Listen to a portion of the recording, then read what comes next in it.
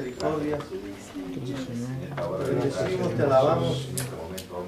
Gracias, Señor, por mis hermanos, Padre, que han esperado, Señor amado.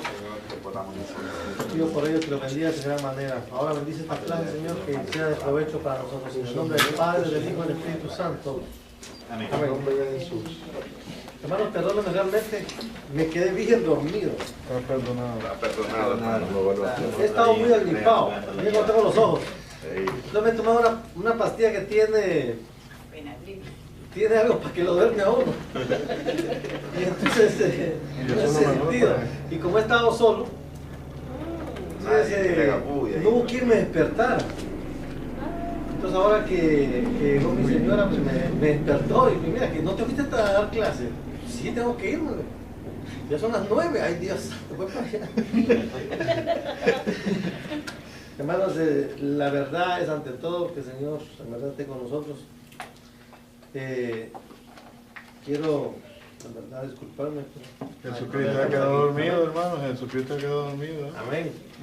Vamos a proseguir entonces en lo que nos habíamos quedado. El último día de clases hablamos ya del método correcto, ¿verdad? Habíamos estado hablando de lo que es el método correcto. Ya habíamos terminado lo que es el espíritu correcto.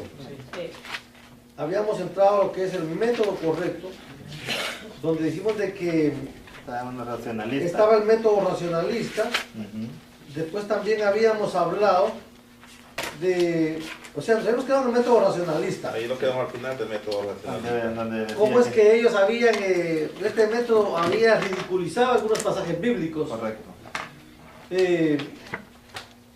Habíamos hablado, creo, de cómo el Señor caminó sobre el agua y que era por la orilla que anduvo.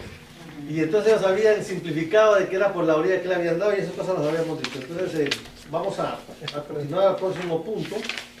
Alegórico místico. Que es el alegórico. Este alegórico místico, hermanos, también está basado en alegorías, dice. O sea, en historias. Menciona la Biblia como que fuera un cuento, como que fuera una leyenda. Estábamos hablando de la vez pasada, tocamos un poco este tema, porque habíamos hablado de la Llorona, ¿se recuerdan? Y estábamos hablando de la ciguanaba y todas esas cosas. Y entonces habíamos coincidido de que sí, en verdad, había muchas historietas por ahí, pero nunca íbamos a comparar la palabra con estas historias. Habíamos dicho que místico, ¿qué significa? Oculto o espiritual. Entonces dice que este método fue inventado por los griegos antiguos que procuraban explicar por sí mismos sus mitos y sus leyendas. Entonces algunas sectas modernas usan este método. Dice es la misma que le dio origen entre los griegos antiguos a ayudar a desvanecer todo aquello que creen ser contradicción científica. Uno de estos casos, hermanos, es el de Daniel en el foso de los leones. Ellos, fíjense, creen de que esto era una alegoría, que Daniel en el foso de los leones era algo que en realidad no pasó. Metafórico nada más. Algo metafórico, como quien dice una ilustración, pero que en realidad no había pasado exactamente como dice la palabra. Y usted sabe, hermanos, de que esta historia de Daniel en el foso de los leones comprueba muchas cosas de la vida cristiana, de la fe cristiana. Dice mucho respecto a quiénes somos nosotros en Dios. Cómo es Dios de poderoso para poder cerrar la boca de los leones, porque según lo que la palabra del Señor nos dice, hermanos, Daniel era un hombre temeroso de Dios. Era tan temeroso de Dios que él no tuvo objeción en no arrodillarse ante ninguna estatua de ningún rey. Era devoto total a Dios. Devoto total. Él tenía su horario para hablar con Dios y él no le importaba, abría las ventanas de su casa. Y usted sabe de que el judío tiene una creencia y de que es de que él, en donde quiera que él se encuentre, él busca la dirección de Jerusalén. Ellos oran hacia donde está Jerusalén. Como los mahometanos. Sí, más o menos. Ellos se concentran en la dirección donde está la ciudad de Dios. Y la creencia de ellos es de que Dios va a transformar Jerusalén y la va a hacer diferente, como Él lo ha prometido. La nueva Jerusalén es profético. Entonces, cuando un judío ve hacia Jerusalén, está diciendo que cree que Dios va a obrar en Jerusalén y que cree todo lo que la palabra dice respecto a lo que Dios va a hacer en Jerusalén. Entonces Daniel abría las ventanas de su habitación hacia donde estaba Jerusalén. Y entonces dice la Biblia que él oraba ¿cuántas veces al día? 3 veces. 3 veces al día. Y la gente lo miraba.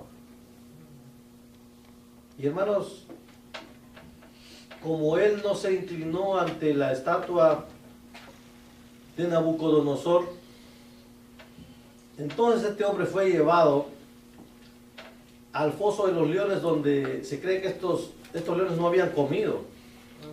Y lo que caía ahí, hermanos, era Comida. Bocadillo. era para, no quedaban ni los huesitos. Ay, joder. Como cuando no tiene mucho hambre, le da un pollo a uno que uno se chupa hasta los huesos. Así. Eran los leones, les devoraban todo. Entonces, cuando lanzaron a Daniel al foso de los leones, pues dice la palabra que Dios mismo selló la boca de los leones. Y los leones andaban con Daniel como si nada. Que Nabucodonosor bajó, porque Nabucodonosor creía en el poder de Dios, a pesar de que él era el rey y eso, pero prácticamente los que echaron al foso de los leones a Daniel fueron los súbditos, los que señalaban: mira, Daniel no obedece, mira, Daniel no se inclina ante tu imagen. Todos los que estaban alrededor acusando a Daniel, porque Daniel tenía un poder jerárquico en el reinado de Nabucodonosor. Entonces la envidia de cómo Dios había exaltado a este hombre, ¿verdad? Entonces Nabucodonosor, en su, podríamos decir, en su conocimiento de Dios, él sabía de que el Dios de Daniel era un Dios grande. Y entonces él, dice la palabra, que fue a revisar cómo estaba Daniel y si era verdaderamente el Dios de Daniel lo había librado. ¿Y cuál fue su impresión? Que cuando llegó y revisó, Daniel estaba vivo. Los leones no le habían hecho nada. Y él con gran gozo mandó a sacarlo de nuevo, ¿verdad? Porque el poder de Dios lo que había hecho. Entonces, estos que están creyendo que este método es totalmente alegórico, que están diciendo que esta es una historia ficticia, que no pasó. O sea, que fue un cuento de alguien. Están diciendo de que en sí esto no tiene ningún significado histórico verdadero. O sea, en otras palabras, esta gente trata la manera de minimizar el poder de Dios, lo grande de Dios. Le llevan la contraria a Dios. Definitivamente ellos no creen. Dice, oigan, Daniel en el foso de los leones, para los intérpretes que usan el método, Daniel nunca estuvo en el foso de los leones, sino que se encontró preso, oigan, por las tentaciones y debilidades comunes entre los hombres. Estos son representados en la historia por los leones, las tentaciones y esas cosas. Por medio de la fe, Daniel salió ileso. Sus enemigos, sin embargo, cayeron víctimas de esas mismas tentaciones. La lección que encuentra en la historia dice, es que solo aquel que tiene fe en Dios puede salir triunfante sobre las dificultades de la vida. En otras palabras, esa historia nunca pasó. Es lo que ellos están diciendo. Hermano, y ese no era... Sino que es representativo. ¿Que era el rey Darío? ¿No era Nabucodonosor? Era Darío. Era Darío. Era Darío, pero era de la descendencia y linaje de Nabucodonosor. Era la misma. Ajá. Era el mismo linaje. Sí, yo estaba leyendo esa historia en un libro que eso venía de la misma... Era el mismo linaje, todo esto es el mismo linaje. Sí, por eso está el primero y el segundo. Sí. Recuerden, hermanos, de que los reyes en la antigüedad, era por consanguinidad, o sea, era un linaje que si moría el padre dejaba al hijo. Y así sucesivamente. Estos eran del mismo linaje todos. Entonces, el punto es de que no hay verdad en el método alegórico místico. Hay otro caso que me gusta y lo voy a mencionar antes de que terminemos, porque vamos a finalizar ahora este punto. En el caso de Adán y Eva, en el principio, el libro menciona ese caso. Dice el método alegórico místico, toma la parte de la historia que se refiere al árbol del conocimiento del bien y el mal como una referencia a las relaciones sexuales, únicamente. O sea, este método no ve lo correcto en el aspecto de la creación. Pues sabemos que en la creación hay mucha teología importante que nosotros debemos de tomar para nosotros. Como por ejemplo, hermanos, en la creación está el hecho de que el primer hombre pecó, y como el primer hombre pecó, por ahí mismo entró el pecado y la enfermedad. Entonces hubo necesidad que viniera el segundo Adán. ¿Quién es el segundo Adán? Jesucristo. Entonces el primer Adán es por medio del cual entró el pecado al mundo, pero por medio del segundo Adán es de que el pecado es eliminado por completo mediante la sangre derramada en la cruz del Calvario. ¿Están entendiendo? O sea, hay un simbolismo en la creación. Sin embargo, este método hace de que la creación resulte algo totalmente diferente y sin sentido, porque lo deja únicamente en el sexo. Como quien dice, ellos lo que pasó, según el método alegórico, dice que lo que pasó cuando ellos comieron la manzana, pues que se vieron que estaban desnudos, ¿verdad? Y tuvieron que ponerse ramas ahí porque abrieron sus ojos a lo natural. Entonces, y se queda en la parte sexual al punto de que muchos ven la manzana como el motivo del pecado.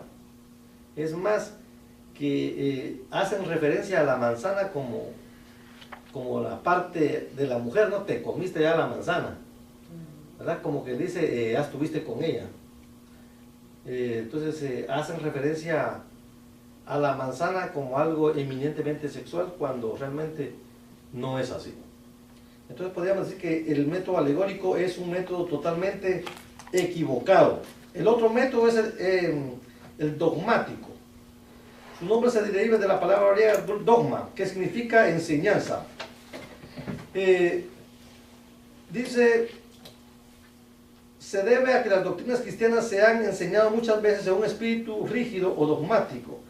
Sin embargo, el método dogmático no se considera equivocado por ningún espíritu dogmático, sino porque interpreta de acuerdo con los dogmas de algún grupo.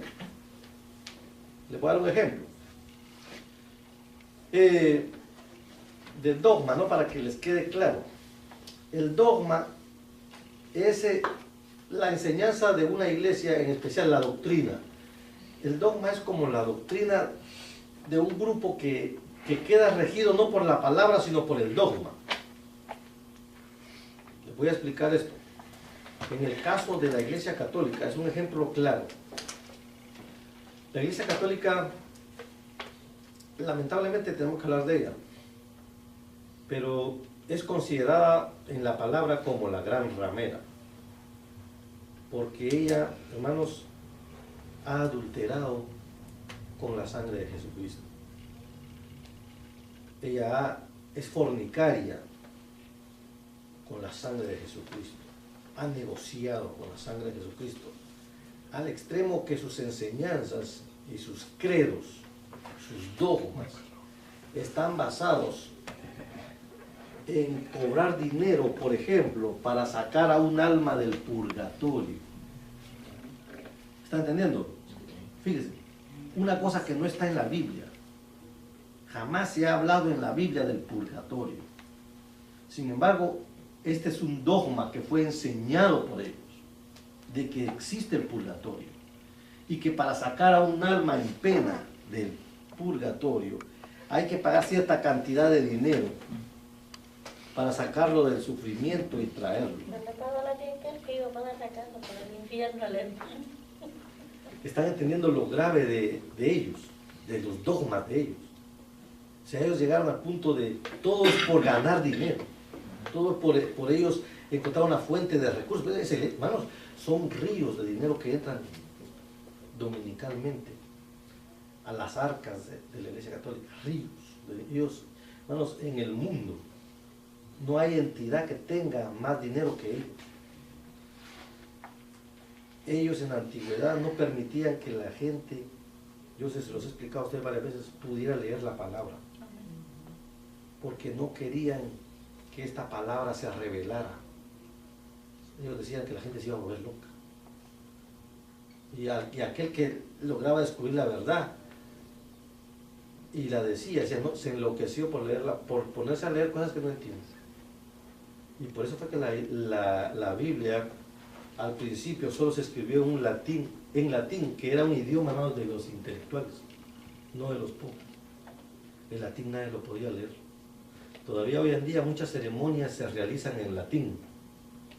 ¿Por qué? Toda la gente escucha pero no entiende lo que el cura dice. ¿Me entienden? Solo ellos saben lo que están diciendo. Para que el que está sentado no razone, no entienda, no analice, no estudie, no haga una exégesis, no haga una hermenéutica, no tenga la capacidad de poder analizar. Entonces, ese es un dogma. El tener una costumbre como enseñanza. Otro de los dogmas de ellos, y que es una abominación ante los ojos de Dios, que tiene la Iglesia Católica, y ellos lo saben, porque eso es lo más lamentable de los sacerdotes y de los, podríamos decir, de los líderes religiosos católicos, que ellos saben que están engañando, porque lo que dicen no es bíblico. Uno de los dogmas primarios que tiene la Iglesia Católica es de que adoran imágenes hasta el día de hoy, cuando la Biblia dice que es abominación ante los ojos de Dios el hacerse imagen de las cosas que hay en el cielo y hacerse imagen de las cosas que hay en la tierra. De ninguna cosa quiere Dios que nosotros nos hagamos imagen alguna. Sin embargo, ellos utilizan esta enseñanza. Ese es un dogma. Ahora están entendiendo lo que es dogma. Es una enseñanza de ellos directa, no porque lo diga la Biblia, sino porque lo dice este grupo. Otro dogma podría ser dentro de los cristianos, podría ser el que mencioné el otro día, de cubrirse la cabeza. Muchas iglesias han utilizado esta enseñanza de cubrirse antes de entrar a la iglesia. Y lo usan como un dogma, o sea, no es porque esté estipulado así en la palabra, sino porque es una enseñanza, es una doctrina que se da de esa forma. Entonces la iglesia actúa en base a esa enseñanza. Entonces están siendo dogmáticos. ¿Ya están entendiendo esa parte? ¿Hay alguna duda? Hasta el momento.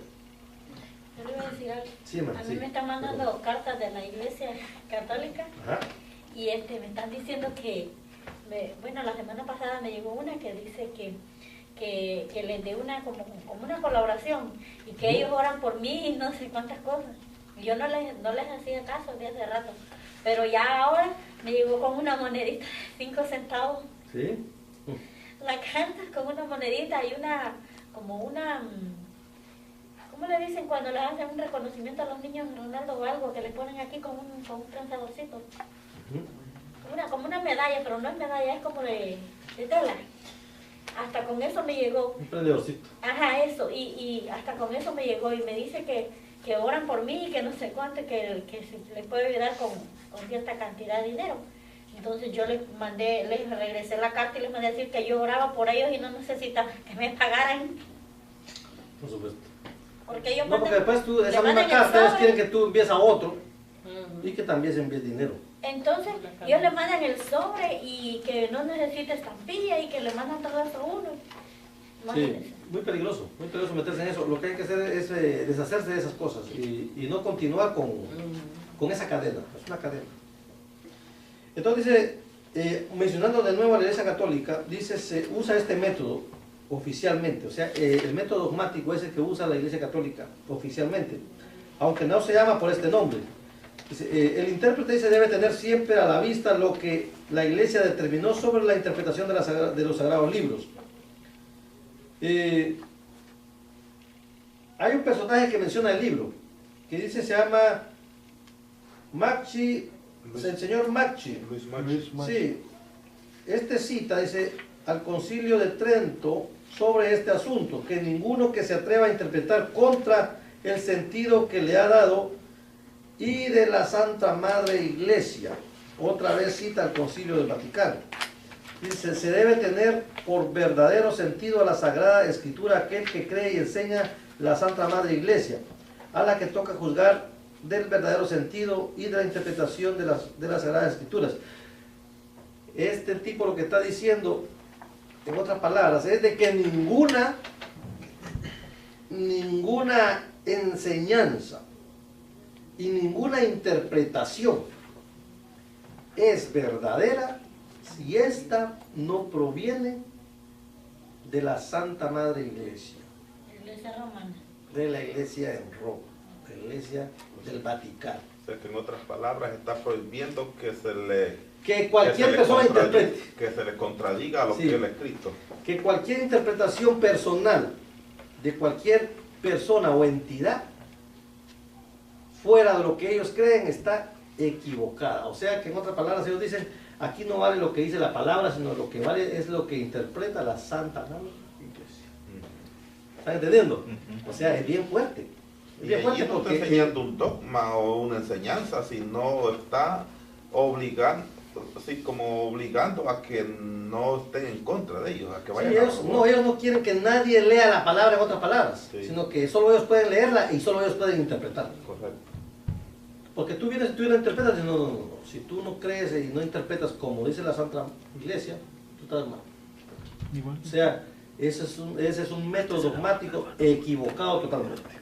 Dice, en una palabra, este método consiste en aceptar lo que la Iglesia de uno haya declarado sobre alguna doctrina. No es, sin embargo, solamente el católico romano el que usa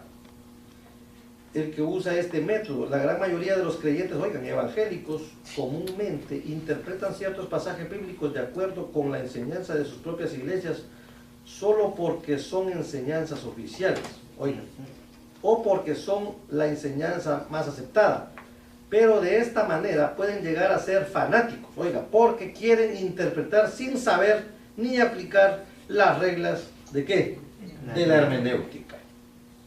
Dicen, no es la intención de este escritor usar la Iglesia Católica Romana como chivo expiatorio. Sin embargo, algunas doctrinas de aquella iglesia ilustran los errores, que es lo que le estaba diciendo yo, que hablamos. Uno de los, o sea, de estos, como ejemplo, ¿no? Uno de los mejor conocidos es la manera de tratar el texto de Mateo 16, 18, el 19. ¿Quién quiere leerlo? Para que lo interpretemos un momentito, nada más, solo para que veamos otro de los grandes errores de ellos. Sacar ustedes. Voy a sacar la mía. Mateo 16, 18 al 19. Amén. ¿De qué dice? Dice, y yo también te digo que tú eres Pedro, y sobre esta roca edificaré mi iglesia, y las puertas del Hades no Del Hades. del Hades no prevalecerán contra ella. Oiga lo que dice. Y a ti te daré las llaves del reino de los cielos, y todo lo que atares en la tierra será atado en los cielos, y todo lo que desatares en la tierra será desatado en los cielos. Sí, oiga, entonces al principio de la porción dice, léela otra vez. Y yo también te digo que tú eres Pedro, y Ay. y sobre esta roca Edificaré edificaré mi iglesia. Como quien dice que Pedro es la cabeza del ángulo. Como que dice que Pedro es el principal El líder, ¿no? en la piedra sobre el cual está fundada la iglesia. Y no. La interpretación que están haciendo a ellos de ese versículo es totalmente errada. Porque lo que está diciendo es de que en realidad Pedro es un líder, pero la piedra, ¿quién es la piedra?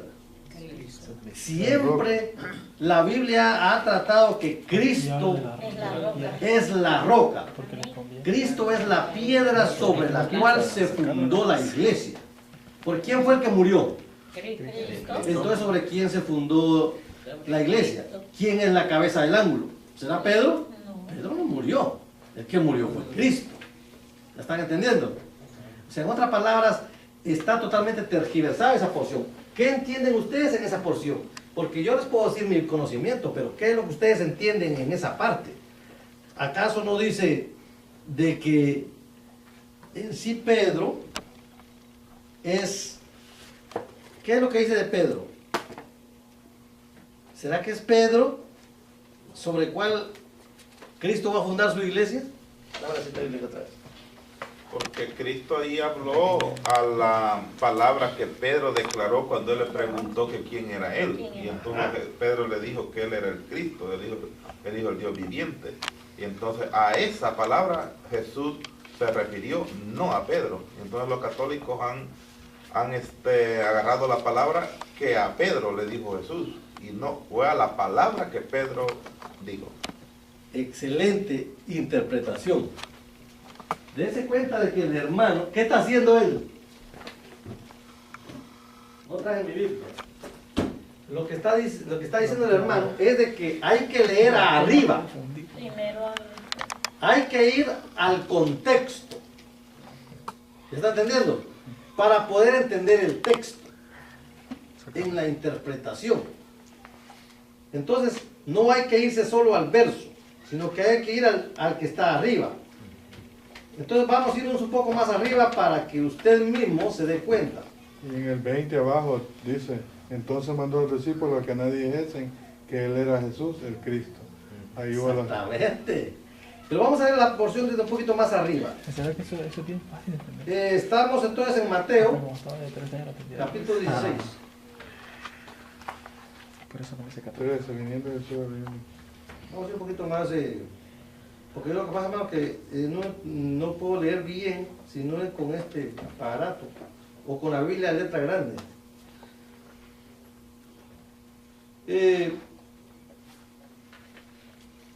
Entonces estábamos en la porción bíblica. Entonces, puede poner La confesión de Pedro. Mateo 16, 18. Pero vamos a aquí. En el 15, bueno, Mateo ustedes dicen que 26. soy yo.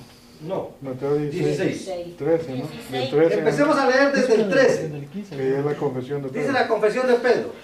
Viniendo Jesús a la región de Cesarea de Filipo, preguntó a sus discípulos diciendo, ¿quién dicen los hombres que es el Hijo del Hombre? Ellos dijeron, unos Juan el Bautista, otros Elías y otros Jeremías o alguno de los profetas. Y él les dijo, ¿y vosotros quién decís que soy yo? Y aquí está la respuesta de Pedro.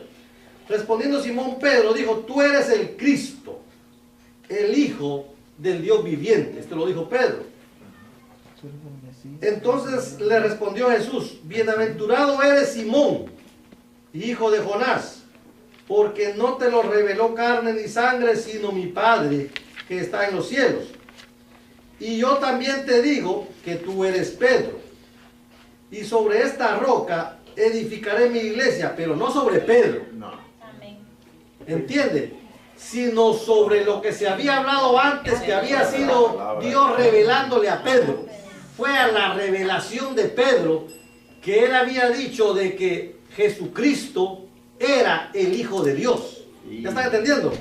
O sea que la iglesia estaba fundada, según lo que Jesús estaba diciendo, no sobre Pedro, sino sobre la revelación que tuvo Pedro de que fue Jesucristo enviado por Dios. ¿Ya están entendiendo? Entonces, dice, y sobre esta roca edificaré mi iglesia, sobre Cristo, y las puertas del Hades no prevalecerán contra ella. ¿Contra quién? Contra la iglesia de Dios. La iglesia que estaba naciendo en Cristo. En la historia de la iglesia cristiana, ahí se aprecia y se dice que la iglesia, hermanos, por primera vez fue iglesia en el momento en que Jesucristo asciende al cielo. Es la primera vez en que están reunidos todos los judíos y la primera vez que Jesucristo les da un mandamiento. Les dice, me voy, pero voy a regresar. Pero les prometo a ustedes de que voy a enviar un consolador. Les voy a enviar al Espíritu Santo. Amén, para que ustedes puedan predicar. Entonces nos dio el mandato de ir y predicar el Evangelio a toda criatura. El que creyere y fuera bautizado será salvo, mas el que no creyere será condenado. Pero Él es el fundador de la iglesia. Ahí fue donde nació la iglesia. Entonces con ese grupo, o sea, ese grupo nació de Jesucristo. Entonces ellos tergiversan esa porción, ¿no? Y hacen ver como que fuera de Pedro. Ahora. Y en el 19, hermano. El 19, y a ti te daré las llaves del reino de los cielos. ¿A quién? ¿Ah? Le dijo, eso le estaba diciendo a... No es a Pedro. No, eso le está diciendo a la iglesia. Y a ti daré las llaves del reino de los cielos, y todo lo que atares en la tierra será atado en los cielos, y todo lo que desatares en la tierra será desatado en los cielos. Esto es para la iglesia. Para la iglesia. ¿Qué me están diciendo, bro? Sí, porque ellos dicen que Pedro es el Que tiene la Que llave. tiene, como dicen de las llaves, entonces dirán, solo Pedro tiene las llaves, entonces Pedro es el que... cuando va a entrar al cielo, él es el que entra, lo deja entrar y el que no. Ellos creen que Pedro fue el primer papa. Por eso que dicen que es el primer papa. Eso es lo que ellos- Pero en ninguna parte de la Biblia dice que Pedro fue el primer papa. Y fíjense que estudiando la iglesia cristiana, el primer papa surgió muchos años después, Sí. casi 200 años después de que había muerto Pedro. Ellos está entendiendo. atribuyen a Pedro porque Pedro fue el primero que llegó a Roma. Entonces, pero si ellos siguieran las enseñanzas de Pedro, no No tergiversarían la la palabra. palabra, siguieran la misma línea de Pedro. Porque Pedro hizo cosas muy importantes. Por ejemplo, cuando vino el bautismo en el Espíritu Santo, fue Pedro el primero que predicó después de haber recibido el Espíritu Santo y haber hablado en lenguas. Cuando fueron las lenguas dadas, dice como lenguas de fuego. Y nunca él se atribuyó nada a él. Jamás. Entonces él nunca se portó como que dice, como un papa, ¿verdad? Porque el papa entonces no tiene nada que ver en este asunto. Entonces aquí vemos una tergiversación clara de la palabra. Entonces el método correcto se llama el método gramático histórico, el que nosotros usamos.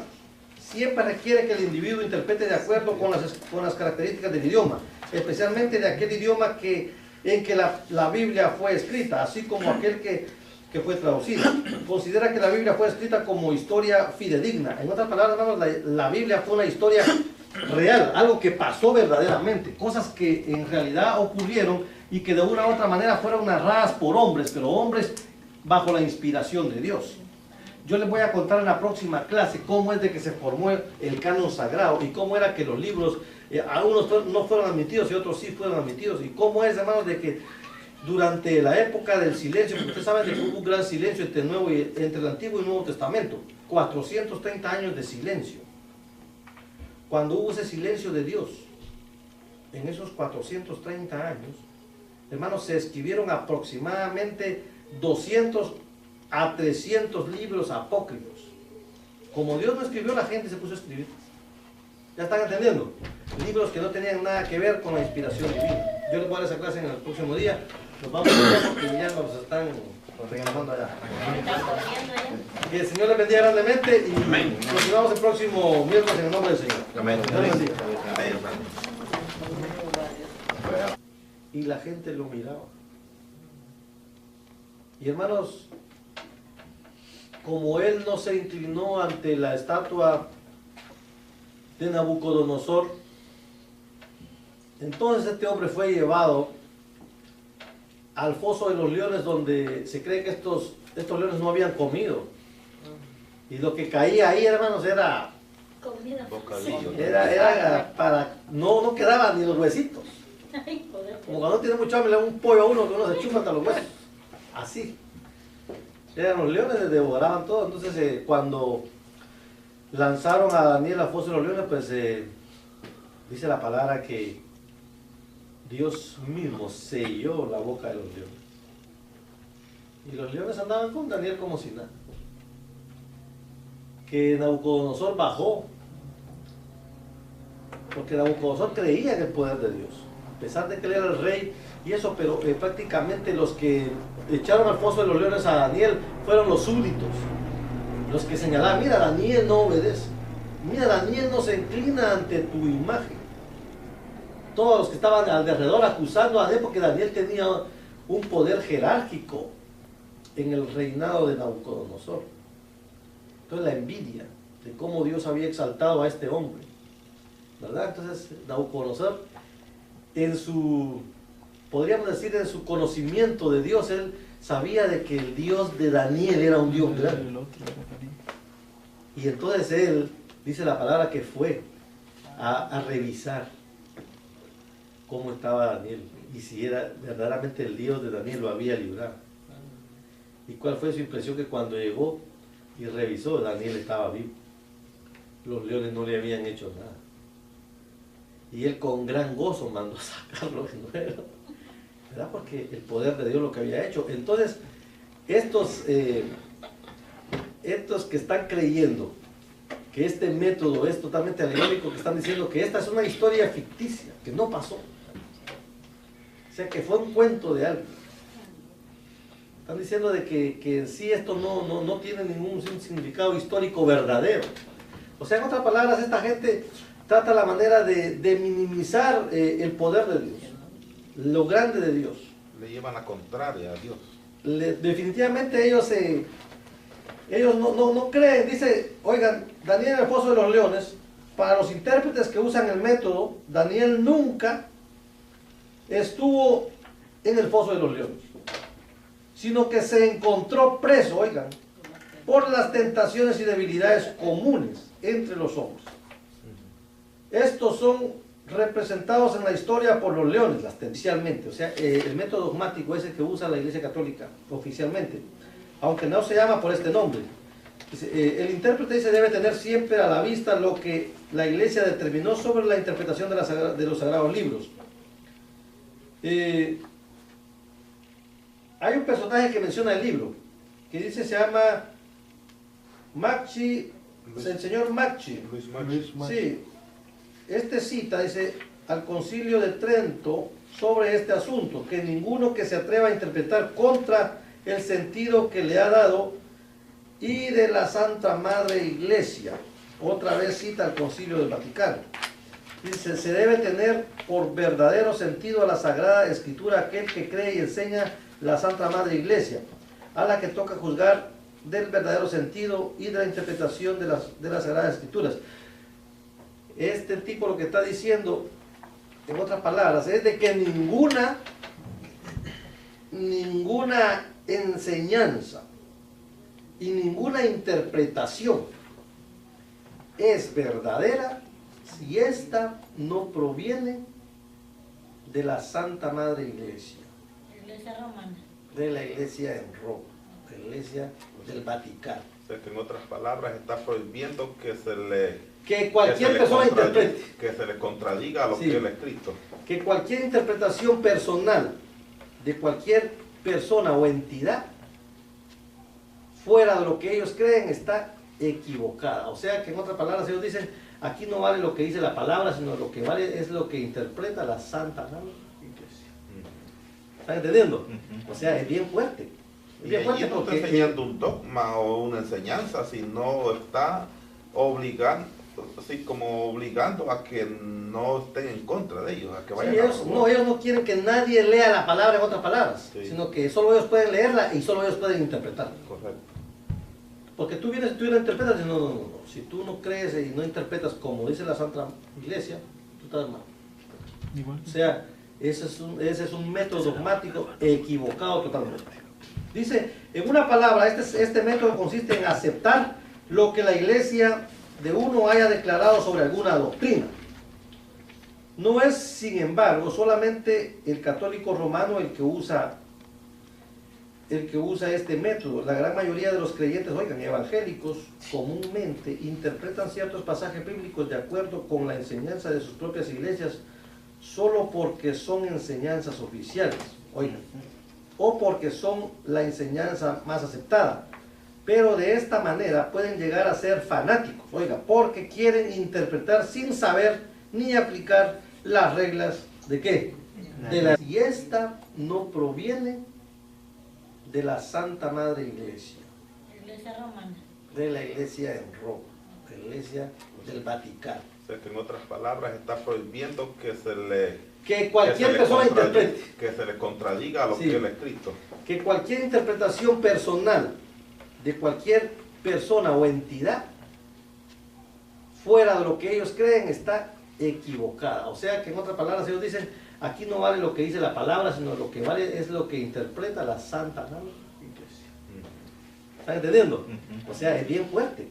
Es Y bien allí fuerte no está porque enseñando un dogma o una enseñanza, sino está obligando, así como obligando a que no estén en contra de ellos, a que sí, vayan a ellos, favor. no, ellos no quieren que nadie lea la palabra en otras palabras, Sí. sino que solo ellos pueden leerla y solo ellos pueden interpretarla. Correcto. Porque tú vienes, tú la interpretas y no. Si tú no crees y no interpretas como dice la Santa Iglesia, tú estás mal. Igual. O sea, ese es un método dogmático equivocado totalmente. Dice, en una palabra, este método consiste en aceptar lo que la Iglesia de uno haya declarado sobre alguna doctrina. No es, sin embargo, solamente el católico romano el que usa este método. La gran mayoría de los creyentes, oigan, evangélicos, comúnmente interpretan ciertos pasajes bíblicos de acuerdo con la enseñanza de sus propias iglesias, solo porque son enseñanzas oficiales, oigan, o porque son la enseñanza más aceptada. Pero de esta manera pueden llegar a ser fanáticos, oiga, porque quieren interpretar sin saber ni aplicar las reglas de ¿qué? De la hermenéutica. Dicen, no es la intención de este escritor usar la Iglesia Católica Romana como chivo expiatorio. Sin embargo, algunas doctrinas de aquella iglesia ilustran los errores, es lo que le estaba diciendo yo, que hablamos. Uno de los, o sea, de estos, como ejemplo, ¿no? Uno de los mejor conocidos es la manera de tratar el texto de Mateo 16, 18, el 19. ¿Quién quiere leerlo? Para que lo interpretemos un momentito, nada más, solo para que veamos otro de los grandes errores de sacar ustedes. Voy a sacar la mía. Mateo 16, 18, 19. Amén. ¿De qué dice? Dice, y yo también te digo que tú eres Pedro, y sobre esta roca edificaré mi iglesia, y las puertas del Hades Del Hades. no prevalecerán contra ella. Oiga lo que dice. Y a ti te daré las llaves del reino de los cielos, Sí. y todo lo que atares en la tierra será atado en los cielos, y todo lo que desatares en la tierra será desatado. En la historia de la iglesia cristiana, ahí se aprecia y se dice que la iglesia, hermanos, por primera vez fue iglesia en el momento en que Jesucristo asciende al cielo. Es la primera vez en que están reunidos todos los judíos y la primera vez que Jesucristo les da un mandamiento. Les dice, me voy, pero voy a regresar.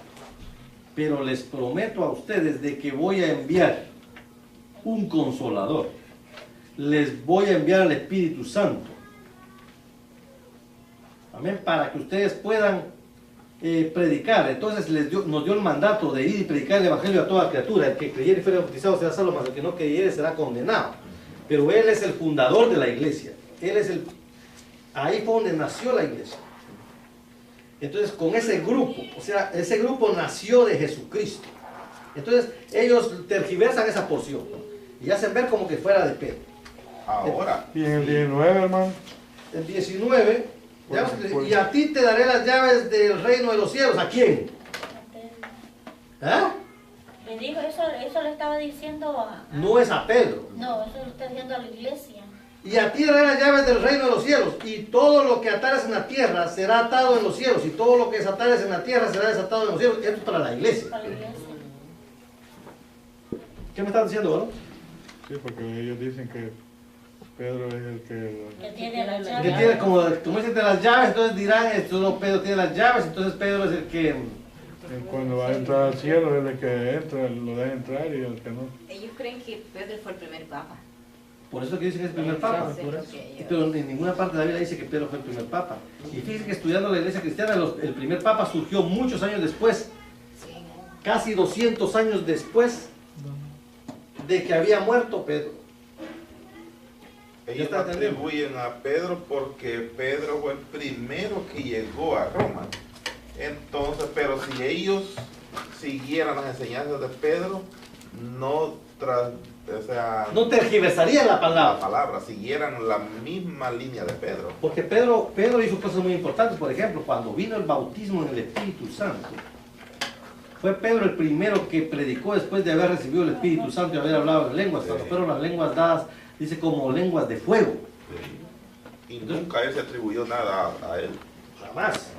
Entonces él nunca se portó como que dice, como un papa, ¿verdad? Porque el papa entonces no tiene nada que ver en este asunto. Entonces aquí vemos una tergiversación clara de la palabra. Entonces el método correcto se llama el método gramático histórico, el que nosotros usamos. Siempre requiere que el individuo interprete de acuerdo con las características del idioma. Pero, sin embargo, cayeron víctimas de esas mismas tentaciones. La lección que encuentra en la historia dice, es que solo aquel que tiene fe en Dios puede salir triunfante sobre las dificultades de la vida. En otras palabras, esa historia nunca pasó. Es lo que ellos están diciendo. Hermano, y ese no era... Sino que es representativo. que era el rey Darío, no era Nabucodonosor. Era Darío. Era Darío. Era Darío, pero era de la descendencia y linaje de Nabucodonosor. Era la misma. Ajá. Era el mismo linaje. Sí, yo estaba leyendo esa historia en un libro que eso venía de la misma... Era el mismo linaje. Todo esto era el mismo linaje. Sí, por eso está el primero y el segundo. Sí. Recuerden, hermanos, de que los reyes en la antigüedad, era por consanguinidad, o sea, era un linaje que si moría el padre dejaba al hijo. Y así sucesivamente. Estos eran del mismo linaje todos. Entonces,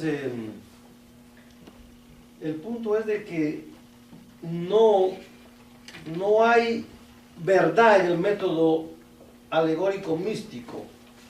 Hay otro caso que me gusta y lo voy a mencionar antes de que terminemos, porque vamos a finalizar ahora este punto. En el caso de Adán y Eva, en el principio, el libro menciona ese caso. Dice el método alegórico místico, toma la parte de la historia que se refiere al árbol del conocimiento del bien y el mal como una referencia a las relaciones sexuales, únicamente. O sea, este método no ve lo correcto en el aspecto de la creación. Ustedes saben que en la creación hay mucha teología importante que nosotros debemos de tomar para nosotros. Como por ejemplo, hermanos, en la creación está el hecho de que el primer hombre pecó, y como el primer hombre pecó, por ahí mismo entró el pecado y la enfermedad. Entonces hubo necesidad que viniera el segundo Adán. ¿Quién es el segundo Adán? Jesucristo. Entonces el primer Adán es por medio del cual entró el pecado al mundo, pero por medio del segundo Adán es de que el pecado es eliminado por completo mediante la sangre derramada en la cruz del Calvario. ¿Están entendiendo? O sea, hay un simbolismo en la creación. Sin embargo, este método hace de que la creación... Te bendecimos, te alabamos. Gracias, Señor, por mis hermanos, Padre, que me han esperado, Señor amado. Pido por ellos que lo bendiga de gran manera. Ahora bendice esta clase, Señor, que sea de provecho para nosotros. En el nombre del Padre, del Hijo y del Espíritu Santo. En el nombre de Jesús. Hermanos, perdónenme, realmente me quedé bien dormido. Está perdonado. He estado muy agripado. Miren cómo tengo los ojos. Yo me he tomado una pastilla que tiene algo para que lo duerme a uno. Y entonces, no he sentido. Y como he estado solo, no hubo quien me despertara. Entonces ahora que llegó mi señora, pues me despertó y mira, que no te fuiste a dar clase. Sí, tengo que irme. Ya son las 9, ay Dios, te voy para allá. Hermanos, la verdad es ante todo que el Señor en verdad esté con nosotros. Quiero, en verdad, disculparme. Jesucristo ha quedado dormido, hermano. Jesucristo ha quedado dormido. Amén. Así que, Vamos a proseguir entonces en lo que nos habíamos quedado el último día de clases. Hablamos ya del método correcto, ¿verdad? Habíamos estado hablando de lo que es el método correcto. Ya habíamos terminado lo que es el espíritu correcto. Habíamos entrado a lo que es el método correcto, donde dijimos de que estaba el método racionalista. Después también habíamos hablado de... O sea, nos hemos quedado en el método racionalista. Ahí nos quedamos al final del método racionalista. ¿Cómo es que ellos habían, este método había ridiculizado algunos pasajes bíblicos? Correcto. Habíamos hablado, creo, de cómo el Señor caminó sobre el agua y... Era por la orilla que anduvo.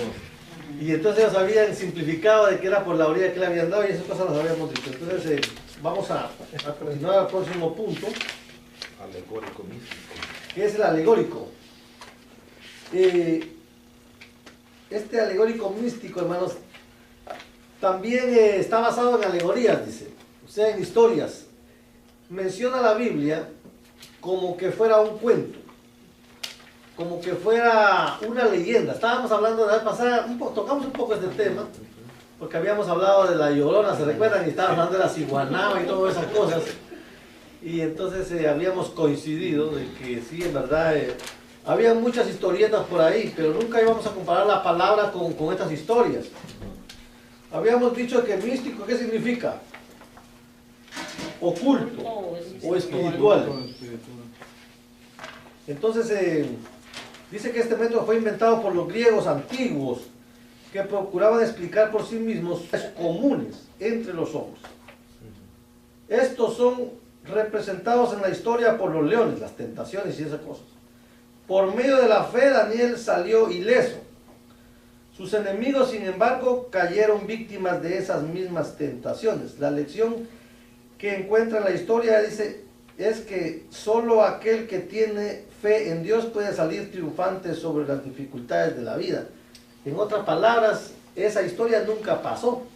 Es lo que ellos están diciendo. hermano, y ese no era... Sino que es representativo. Que era el rey Darío, no era Nabucodonosor. Era Darío. Era Darío. Era Darío, pero era de la descendencia y linaje de Nabucodonosor. Era la misma. Ajá. Era el mismo linaje. Sí, yo estaba leyendo esa historia en un libro que eso venía de la misma... Era el mismo linaje. Todo esto era el mismo linaje. Sí, por eso está el primero y el segundo. Sí. Recuerden, hermanos, de que los reyes en la antigüedad, era por consanguinidad, o sea, era un linaje que si moría el padre dejaba al hijo. Y así sucesivamente. Estos eran del mismo linaje todos. Entonces, el punto es de que no hay verdad en el método alegórico místico. Hay otro caso que me gusta y lo voy a mencionar antes de que terminemos, porque vamos a finalizar ahora este punto. En el caso de Adán y Eva, en el principio, el libro menciona ese caso. Dice el método alegórico místico, toma la parte de la historia que se refiere al árbol del conocimiento del bien y el mal como una referencia a las relaciones sexuales, únicamente. O sea, este método no ve lo correcto en el aspecto de la creación. Pues sabemos que en la creación hay mucha teología importante que nosotros debemos de tomar para nosotros. Como por ejemplo, hermanos, en la creación está el hecho de que el primer hombre pecó, y como el primer hombre pecó, por ahí mismo entró el pecado y la enfermedad. Entonces hubo necesidad que viniera el segundo Adán. ¿Quién es el segundo Adán? Jesucristo. Entonces el primer Adán es por medio del cual entró el pecado al mundo, pero por medio del segundo Adán es de que el pecado es eliminado por completo mediante el Hades. Del Hades no prevalecerán contra ella. Oiga lo que dice. Y a ti te daré las llaves del reino de los cielos, y todo lo que atares en la tierra será atado en los cielos, y todo lo que desatares en la tierra será desatado en los cielos. Sí, oiga, entonces al principio de la porción dice, léela otra vez. Y yo también te digo que tú eres Pedro, y sobre esta roca edificaré mi iglesia. Como quien dice que Pedro es la cabeza del ángulo. Como que dice que Pedro es el principal en la piedra sobre el cual está fundada la iglesia. Y no. La interpretación que están haciendo a ellos de ese versículo es totalmente errada. Porque lo que está diciendo es de que en realidad Pedro es un líder, pero la piedra, ¿quién es la piedra? Siempre la Biblia ha tratado que Cristo es la roca. Cristo es la piedra sobre la cual se fundó la iglesia. ¿Por quién fue el que murió? Entonces, ¿sobre quién se fundó la iglesia? ¿Quién es la cabeza del ángulo? ¿Será Pedro? Pedro no murió. El que murió fue Cristo. ¿La están entendiendo? O sea, en otras palabras, está totalmente tergiversada esa porción. ¿Qué entienden ustedes en esa porción? Porque yo les puedo decir mi conocimiento, pero ¿qué es lo que ustedes entienden en esa parte? ¿Acaso no dice de que en sí Pedro es... ¿Qué es lo que dice de Pedro? ¿Será que es Pedro sobre el cual Cristo va a fundar su iglesia? Ahora sí te digo otra vez. Porque Cristo ahí habló a la palabra que Pedro declaró cuando él le preguntó que quién era él. Y entonces Pedro le dijo que él era el Cristo, él dijo el Dios viviente. Y entonces a esa palabra Jesús se refirió, no a Pedro. Entonces los católicos han agarrado la palabra que a Pedro le dijo Jesús, y no, fue a la palabra que Pedro dijo. Excelente interpretación. Dese cuenta de que el hermano, ¿qué está haciendo él? No traje mi Biblia. Lo que está diciendo el hermano es de que hay que leer arriba. Hay que ir al contexto. ¿Está entendiendo? Para poder entender el texto en la interpretación. Entonces, no hay que irse solo al verso, sino que hay que ir al que está arriba. Entonces vamos a ir